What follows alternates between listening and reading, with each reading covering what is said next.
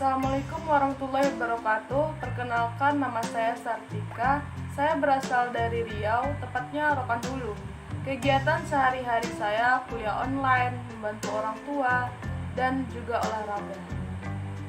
Satu peristiwa yang berkesan yang saya pernah alami adalah pernah mengikuti paskibraka, dan peristiwa buruk yang pernah saya alami adalah sakit 2 minggu.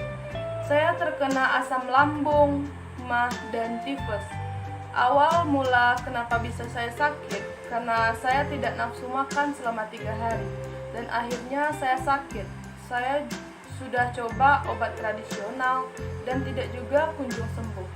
Dan saya coba juga obat di bidan terdekat. Dikasih obat dan habis minum obat itu saya agak udah mendingan. Dan besoknya saya masuk sekolah. Saya tetap kekeh mau masuk sekolah walaupun kadang sakit. Saya pun pergi ke sekolah, dan di pertengahan pelajaran saya udah nggak kuat karena badan yang kerasa makin panas dan lemas. Saya izin pulang dan diantar oleh teman sekelas. Sampainya saya di rumah, saya istirahat di kamar nenek. Dan saat Tika mau ambil nasi di meja makan, tiba-tiba mata kerasa tidak bisa lihat apa-apa, gelap, dan saya pun pingsan. Saya ditolongin oleh nenek. Keesokan harinya, ibu saya datang dari kampung. Dia menangis karena Tika sakit. Dia ingin membawa Tika pergi ke dokter. Tika pun pergi ke rumah dokter tuh langsung dirawat di sana. Dan alhamdulillah saya bisa sembuh kembali. Dan beberapa hari setelah berobat di dokter tersebut, saya sembuh. Dulu masa-masa SMA saya hobi bermain voli, kegiatan organisasi, dan saya sangat suka bersosialisasi.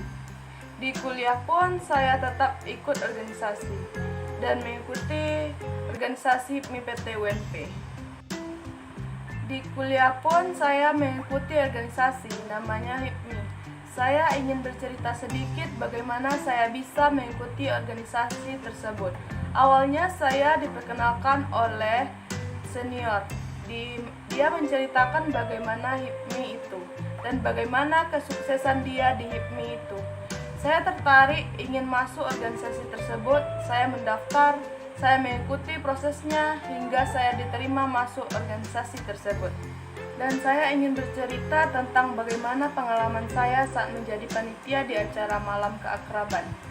Saya menjadi panitia di bidang acara yang menentukan jalannya acara. Saya merasa lelah, tapi lelah saya terbayarkan karena acara alhamdulillah sukses. Dan sedihnya di malam itu saya tidur jam 1 karena semua tikar ditempatin sama teman-teman yang lain. Saya sebagai panitia pasrah. Saya bersama teman saya, cewek, kami tidur di alaskan karung. Dan belum jam 3:30 kami semua udah dibangunin oleh senior.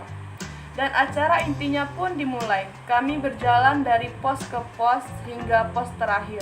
Kami digabungin semua panitia acara digabungin jadi satu kelompok. Dan lanjut di pagi hari kami sarapan, berhenti sejenak, dan lanjut senam pagi. Setelah senam pagi kami seru-seruan. Yang cowok main futsal, dan setelah kami ikuti lomba tarik tambang. Dan terakhir senior mulai pura-pura acting marah-marah dan memarahi panitia. Dia mulai mencari titik salah dari panitia. Lalu senior mulai menghukum ketua-ketua di setiap divisi panitia. Dan saya pun emosi melihat ketua pelaksana dan ketua panitia yang lain dihukum dengan cara direndamin di laut. Saya protes, kenapa hanya mereka saja yang menanggung? Kenapa nggak kami semua? Senior pun menjawab nggak ada satupun yang boleh ikut masuk ke dalam laut. Dan semua anggota HIPMI pun akhirnya tetap keras hati dan semuanya masuk ke laut.